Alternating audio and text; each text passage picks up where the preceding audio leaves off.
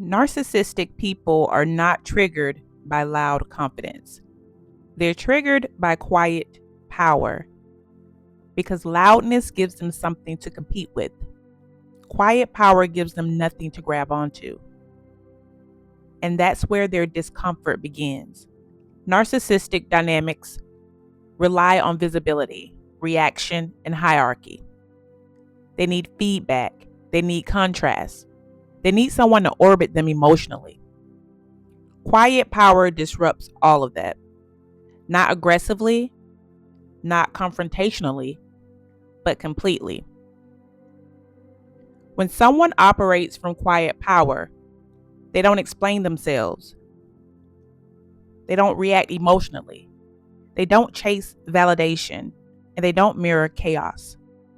And to a narcissistic personality, that feels like a loss of control.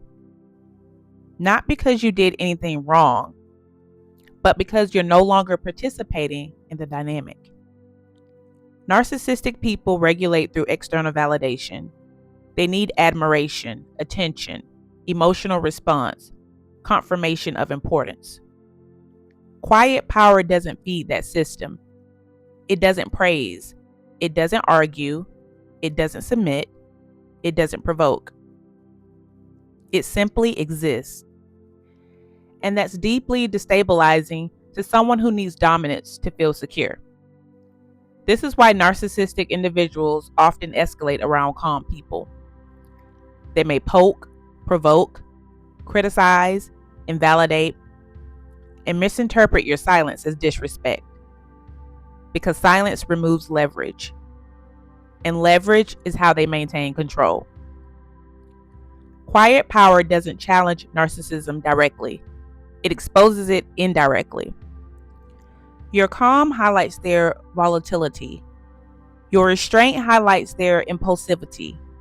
Your self-containment highlights their dependency on others. That contrast is intolerable. This is also why narcissistic people often rewrite the narrative about you.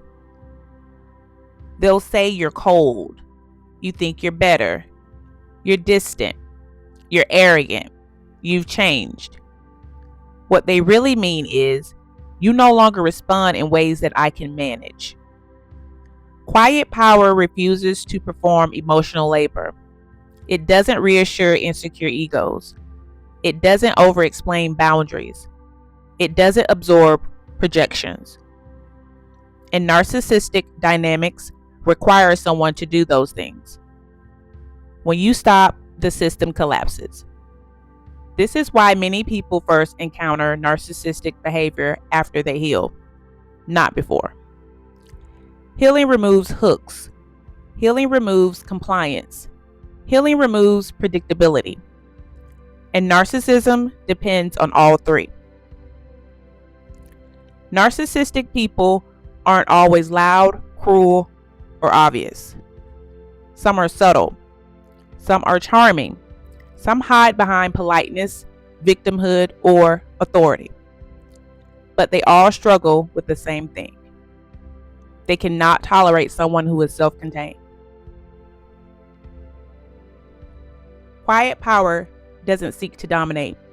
It doesn't need to win. It doesn't need to expose anyone. And that's exactly why it's threatening.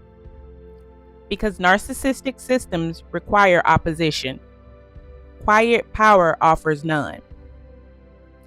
If you noticed people becoming uncomfortable around you lately, if certain dynamics suddenly feel tense, if you're being mischaracterized for no clear reason, it's not because you're doing something wrong. It's because you've stopped feeding something that depends on you. Quiet power doesn't fight narcissism. It starves it.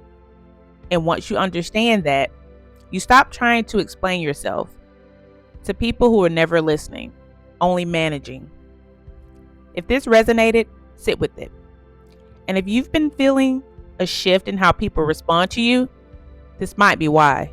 If you would like to continue the conversation, don't forget to subscribe to the channel. On this channel, we have conversations around topics such as confidence, jealousy, envy, boundary setting, and healing from narcissistic abuse. Thank you for listening, and I'll see you in the next video.